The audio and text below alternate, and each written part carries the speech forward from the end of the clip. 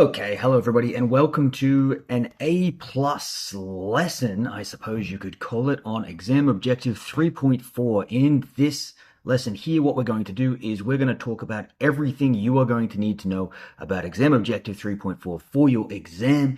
And once I give you all the information you need to know, sticking only to the exam objective, not going anywhere else, so I'm not wasting your time, we're going to have a look at some practice exam questions that I created myself so that you can test yourself and see if you're at where you need to be before you take that exam. So, without further ado, let's get straight into it. We are going to be looking at, as I said, objective 3.4. And we can see what that is here. There is a lot in this exam objective, guys. We're going to do it all within this video. I know there's a lot here, but we're going to get through it all in this video, and we're going to try to do it by sticking just to what we need to know for the exam. Okay, we're not going to try to go beyond the scope of what we need to know because I want to make sure that you're only focusing on what you need to focus on. So let's go ahead and get started with motherboard form factors. We're going to jump straight into it. I hope you're ready. I hope you're excited. I hope you got a coffee. I know I do. We're going to need it.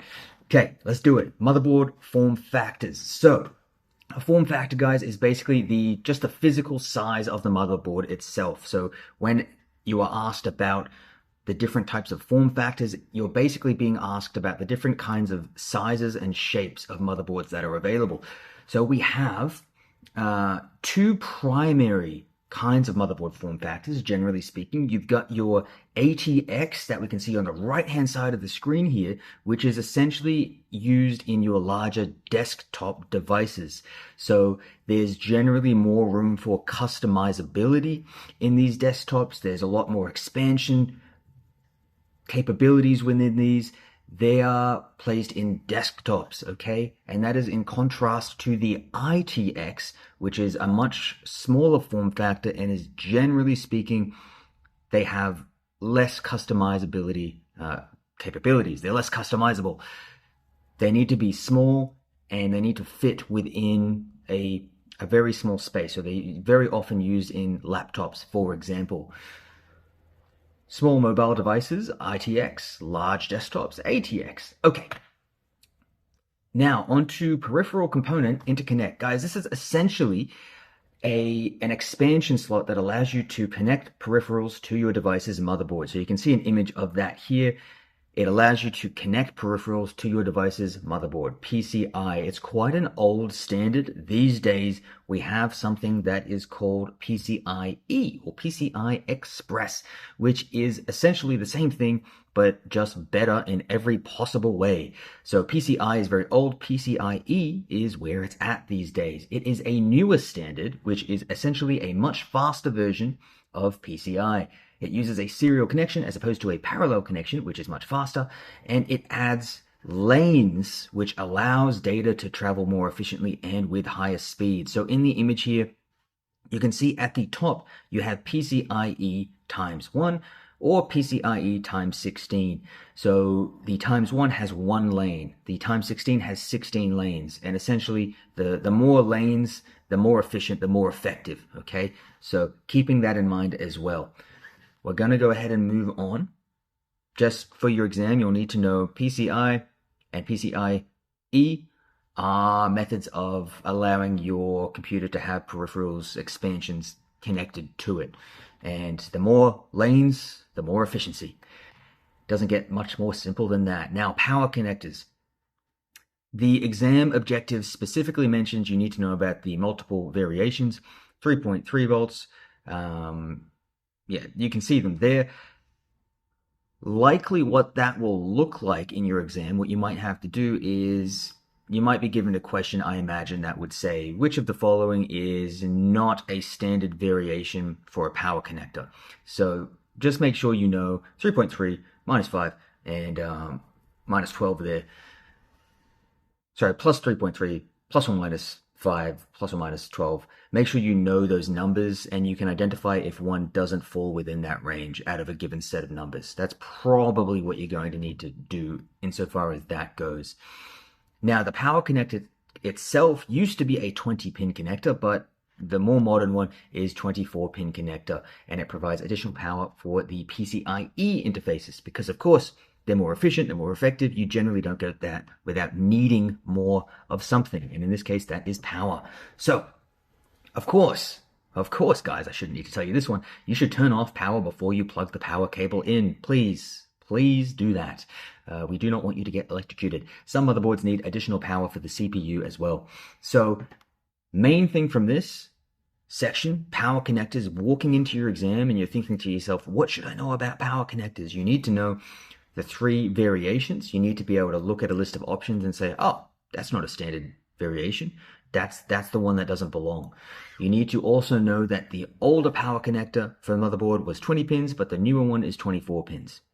That's pretty much it, as far as I can imagine. So we're going to go ahead and move on. Keep it quick, keep it snappy, and head on to SATA. I think we've talked about SATA 2 or 3 times throughout this already. We should be somewhat familiar with it, but they are connections used to connect internal storage devices. So if you've got a storage device and it is internal, it's not outside of the machine, it is inside the machine, you're going to be using a SATA connection. Of course, if it's outside the machine, we're going to use, I'm sure you already know it if you've been following this video series along, it's going to be eSATA, which is a variation of the SATA connection, which allows external drives to be connected. So if you're connecting a drive on the outside, you'd use eSATA. External SATA is how I think about it. If you're connecting a drive on the inside, you just use regular SATA. Okay, and make sure as well, as we discussed in the prior components of this video series, you are able to identify what SATA and eSATA look like. Okay, so moving on to headers, the component of the motherboard that allows peripherals to be connected via USB, etc. So anything you kind of plug and play, you're looking at headers there, and you've got a visual example of that on the screen there. I just Googled that on Google Images, as I usually do. If you're ever curious about anything, guys, don't be afraid to just type whatever component you're thinking of into Google Images with the keyword motherboard, and you should be able to see a good example of it pop up. All right, don't be afraid to do that. Now, the M2.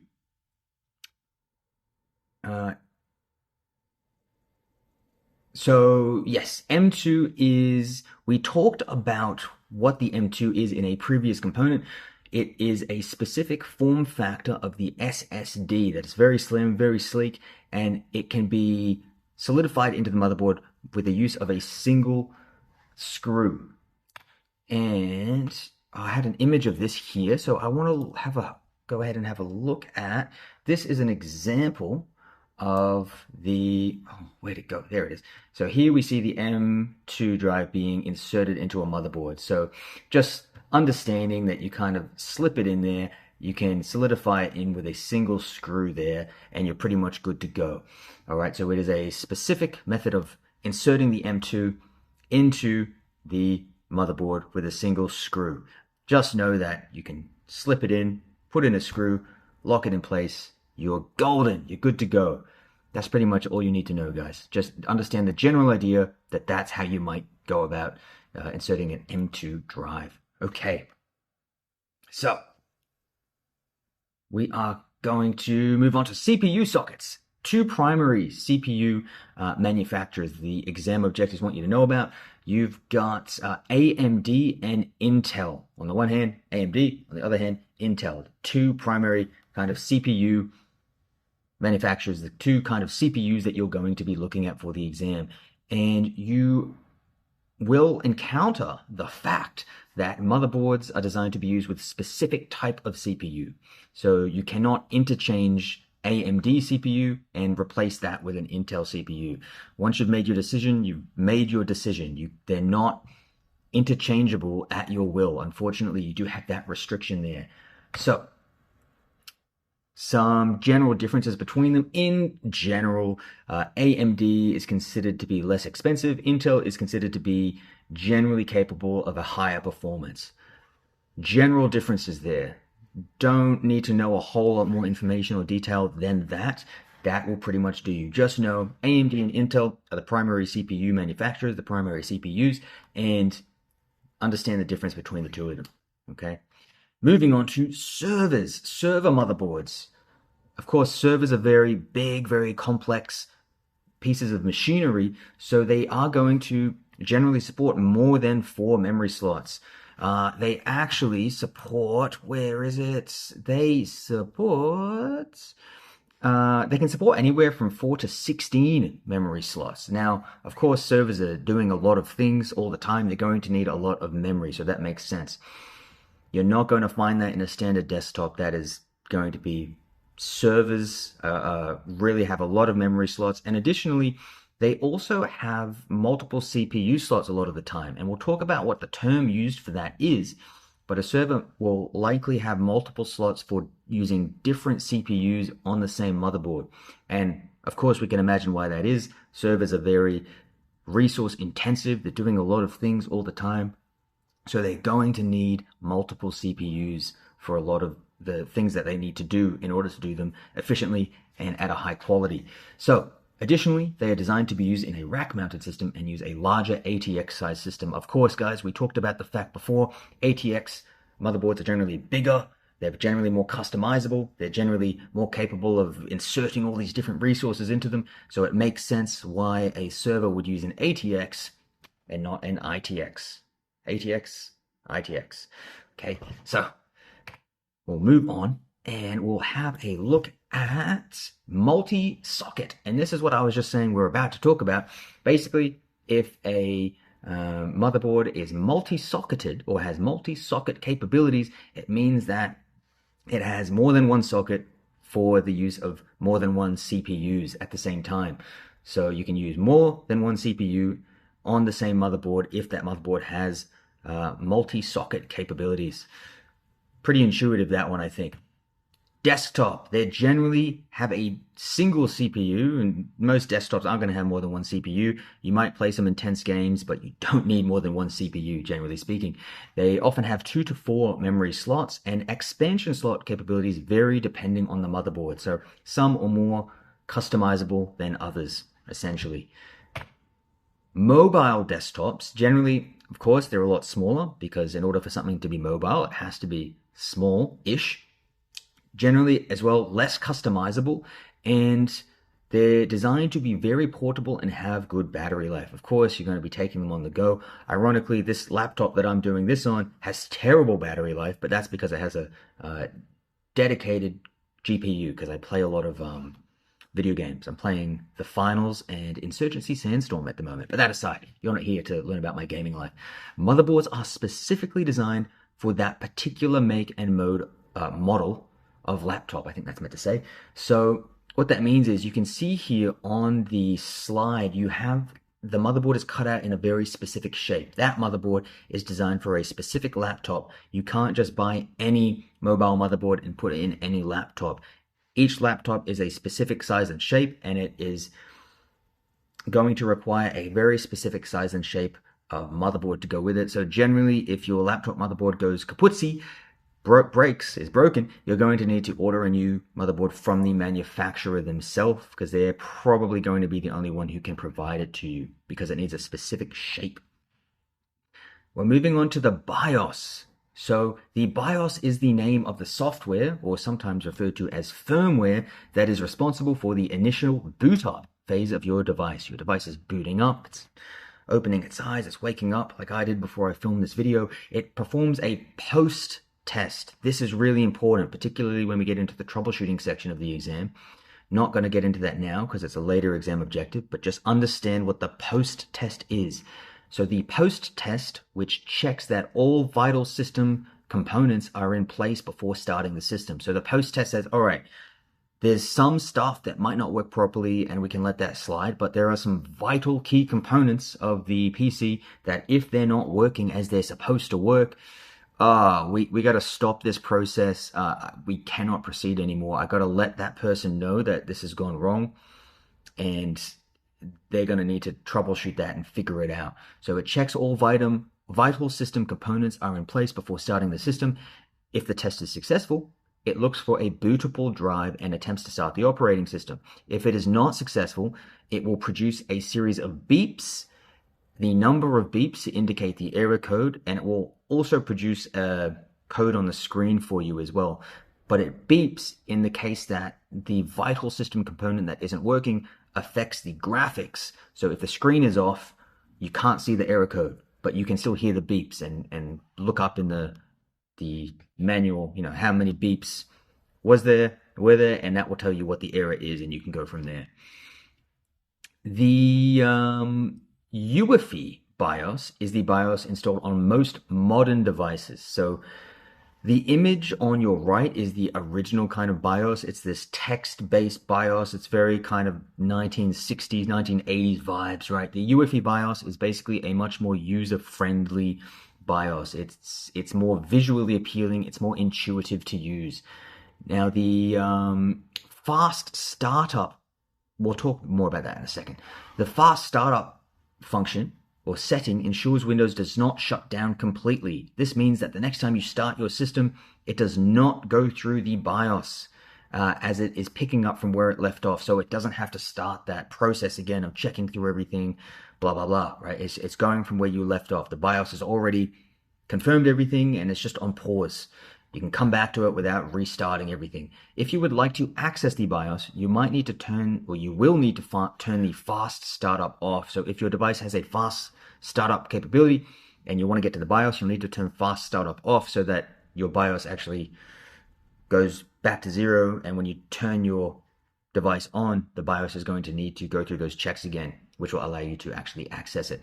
You can do this by holding down the Shift key while clicking Restart, or disable it from the settings menu, or by using the command line misconfig command, or by interrupting the normal boot process 3 times.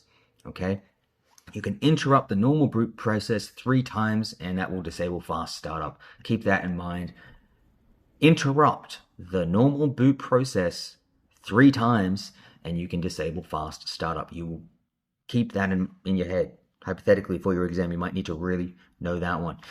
You should always make a backup before making any changes to the BIOS and take pictures of the original BIOS settings. So that way, if you mess anything up, you can go back and put it to how it was. Now, where was it? I had a picture, actually. Here it is. Yeah, here we go. Sorry, I knew I had an image somewhere. So the BIOS, this is just, I went to Google Images. I think this is a thumbnail. It's from Blogspot. But you can see in this image here on the screen, if I maybe zoom in a bit more for your viewing pleasure. On the left, you've got that kind of text-based BIOS, and then on the right, you've got the UEFI BIOS, which is much more intuitive. It's got graphics. It's cool to look at. You feel like maybe you're running an alien spaceship. Makes a lot more sense to use. So BIOS on the left, UEFI BIOS on the right. Okay. Now, additionally, something else about the BIOS I wanted to talk about. Oh, yes. So the older BIOS, the UEFI BIOS introduces some more capabilities. I think I'm actually going to talk about that in a second in these future slides. So forgive me for that little pause. We'll get into that coming up. So with the BIOS, you've got boot options. You can configure which drives your system can boot from and in what order it attempts to boot from them. So this is also really important for the later troubleshooting sections. You might accidentally insert a USB into your device, and now your BIOS is saying, oh, new device activated. I'm going to put that as the first thing to try to boot from. And then you might try to boot up your device, and it will say, sorry, couldn't boot from the device. Here's an error for you.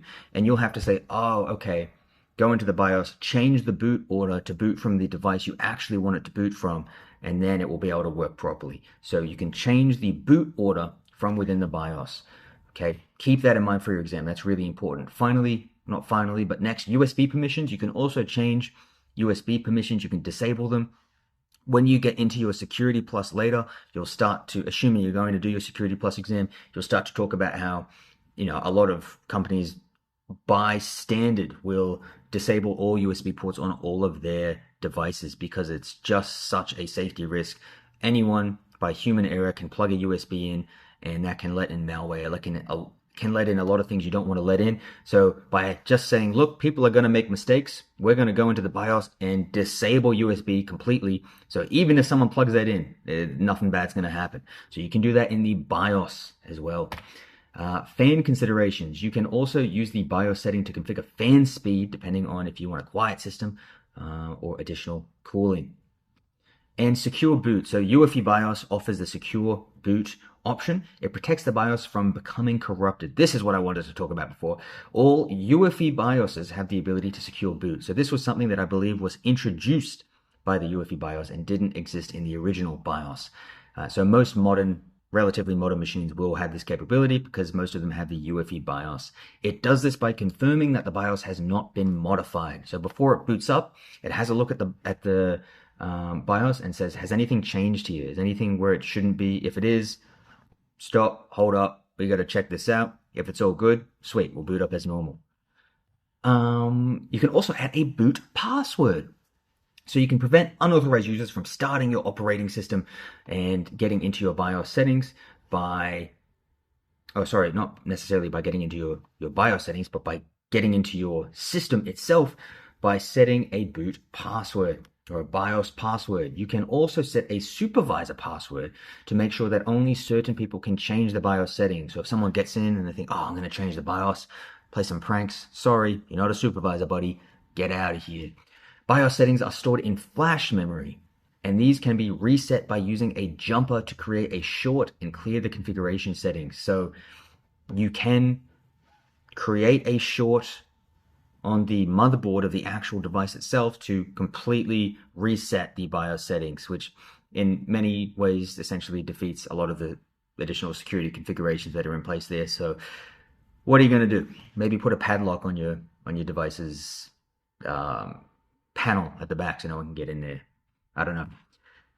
Now we're moving on to security-specific devices. So the first one out of the two that we're going to talk about is a trusted platform module. This is a chip, just a little chip, on your device's motherboard that provides additional security. If you are using full disk encryption, it encrypts your data and only decrypts it, therefore enabling you to use your system if the system passes its security check. So it's making sure it's encrypted. So maybe someone gets a hold of your laptop. They might try to open it up. Doesn't pass any relevant checks. Oh, it's encrypted. They can't access the information. Anyway, the TPM provides cryptographic capabilities. This is used to create cryptographic keys and functions. So it's a method of enhancing security on the specific device. So basically what you're going to need to know for your exam for the TPM is it enhances security for the device that it is installed in. It's not an enterprise-wide kind of functionality. You're not going to say, I have a TPM to help us with our multiple devices. It will help with the device it is installed on. That's in contrast to a hardware security module or an HSM. This is a purpose-built device that provides cryptographic functions. It can store multiple cryptographic keys. It has its own power supply, meaning it will not add to your CPU's power requirements. Now, this is a purpose-built security piece of hardware. It's an actual piece of hardware. Okay, so some more differences between the TPM and the HSM, I'm just going to go through now. The TPM, this chip here, it focuses on securing the platform itself, like we spoke about, right? Whereas the HSM specializes in safeguarding cryptographic keys and performing secure, just got my phone in the way, cryptographic operations. And more so, the TPM, again, it's on the individual device itself, whereas the HSM has the ability to provide centralized key management and high-performance cryptographic operations and can be used in enterprise environments. So basically, it is its own security system. You can use it with multiple different kinds of devices, essentially. You can have an HSM and use that to work with multiple devices as opposed to needing to get multiple TPM chips and insert it into each individual device. Now, depending on your budget and your requirements will depend on whether you'd go for a TPM or an HSM. Of course, for your exam, you might be asked to recommend either a TPM or an HSM, and you'd have to think about, we have a limited budget, we have one machine we need to look at. Of course, that would be use a TPM because that's just one chip in the machine. If we have a large budget and a lot of machines to look after, and we have money to spend and we want the best of the best, and that might be a scenario where you're going for an HSM because it's probably more suitable based on budget and requirements. So hopefully that makes sense. Just know the difference between the two. Be able to recommend one if you need to. Finally, or not finally, I always say finally, next, unfortunately, we're not at the end yet. You've got 64 and 86 systems. So x64 refers to a 64-bit architecture. This is the newest one and is found in most modern operating systems. x86 refers to a 32-bit architecture. This is found in older operating systems. The more bits, the more values the processor can store. So 64 operating system can run 86 applications, but 86 operating systems cannot run 64 operating systems. So if you have an older machine, you cannot run programs that are designed to run on the 64 operating system. But if you have a newer machine, which is 64, you cannot run, you can run applications that are designed to run on the older system, on the 86. So I've got this image here, 17 years and then 102 years old. To remember this one, because it's quite counterintuitive, because in your mind you're thinking, okay, 86 is a higher number than 64, so surely 86 is better, right? Unfortunately not. Unfortunately, they didn't do it that way. So I have this image in my head when it comes to this, of this old 86-year-old man with a cane. So whenever I hear the word architecture or 64 or 86, I think this old 86-year-old man with a cane. So that helps me remember that 86 is the old one. That is old. I don't know if it'll help you, but it helped me. If it didn't, sorry for wasting your time. Okay, on to the next one. Now we're talking about Advanced RISC Machine, or ARM. This is an architecture designed to be very fast and efficient. It requires less power and produces less heat. It is mostly used for mobiles and Internet of Things devices. So it is a device, essentially, or an architecture that focuses on not producing heat and being efficient. Okay, that is its emphasis. Trying to be as efficient as possible, trying to be produce as little heat as possible, and trying to have the minimum power requirements. So it might not necessarily focus on doing really, really advanced calculations or high performance activities. It's trying to produce less heat, require less power, and be efficient. And it's very frequently used in mobile and Internet of Things devices. So, you know, you're not going to use it in a server motherboard. You would probably use it in a mobile phone or an Internet of Things device, maybe in the fridge, the interactive fridge, things to that effect. Okay. So no, just understand what that is. Moving on to single core versus multi-core. This one is super intuitive. It's why I've just got 1 + 1 = 2, because it's literally that simple. A single core is a CPU that has one core. A multi-core is a CPU that has more than one core. That's it. If it has more core, it's more efficient, it's more effective, it's faster, and has more powerful processing. I don't think we need to go any more into that. That's all you need for that one. Now, multi-threading. Kind of funky, this one.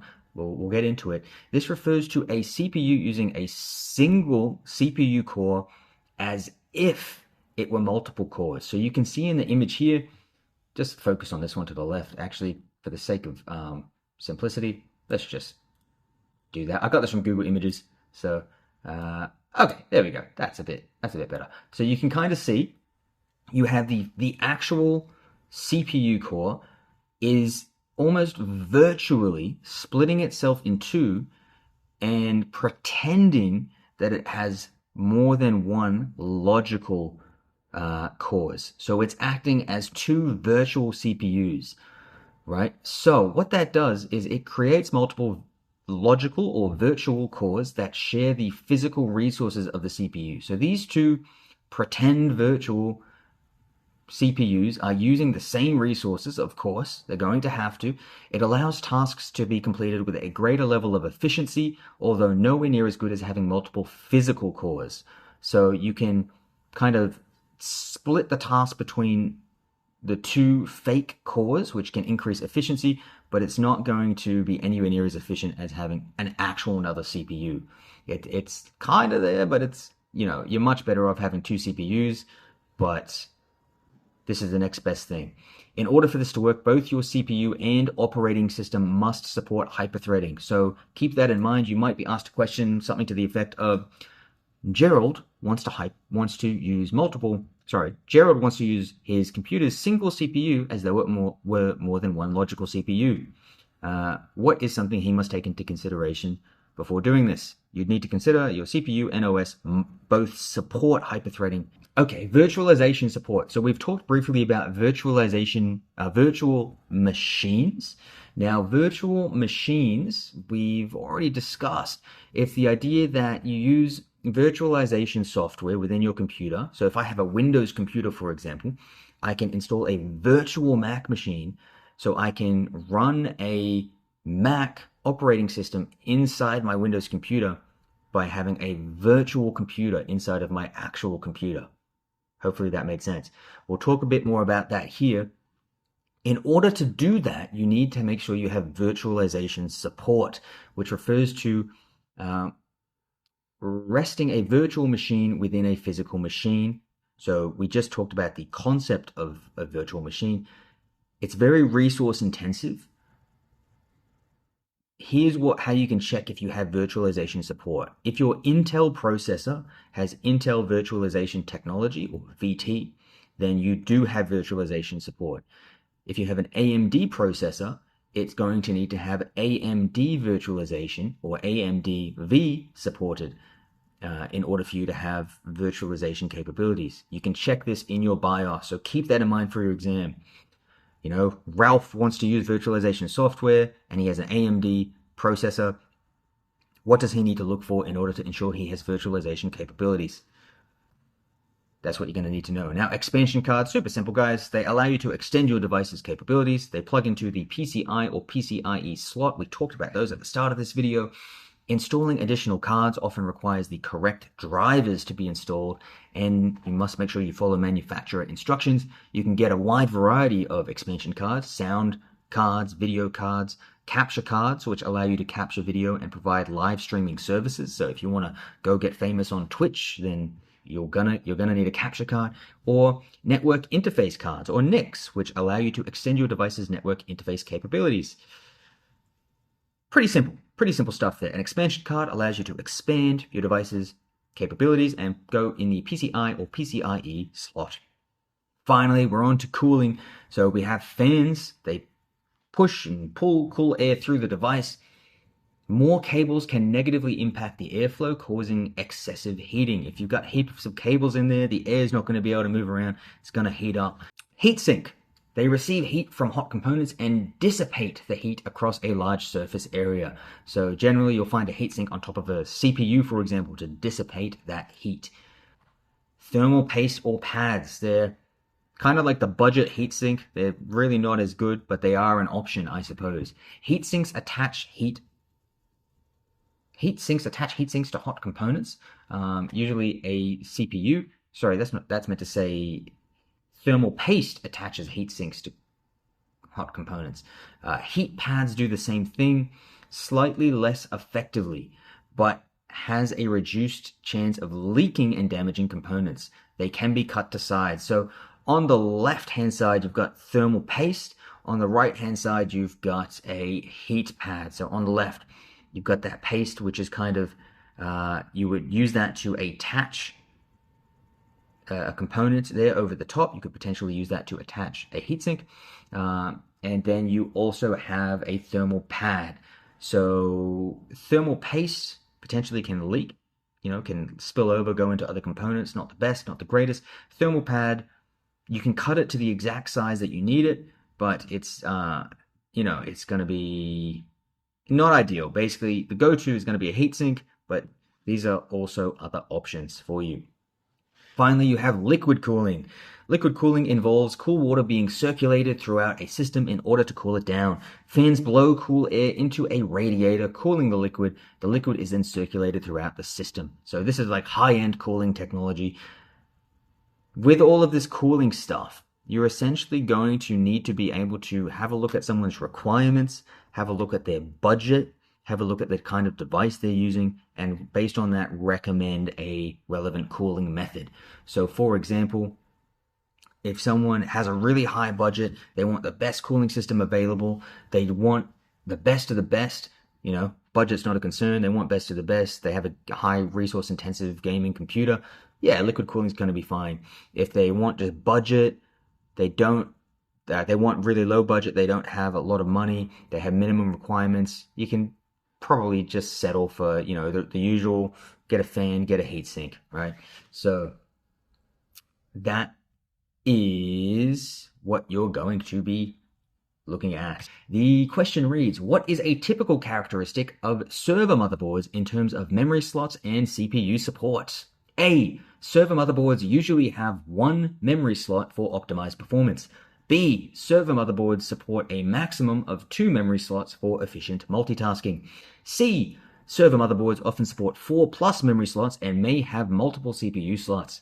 D. Server motherboards primarily support mobile CPUs for better power efficiency. Pause the video if you need it. You probably will.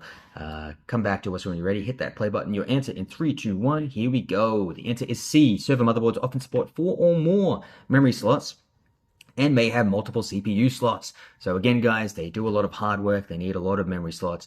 They often also have multiple CPU slots. They got a lot of hard work to do, a lot of hard yakka, as we say here in Australia.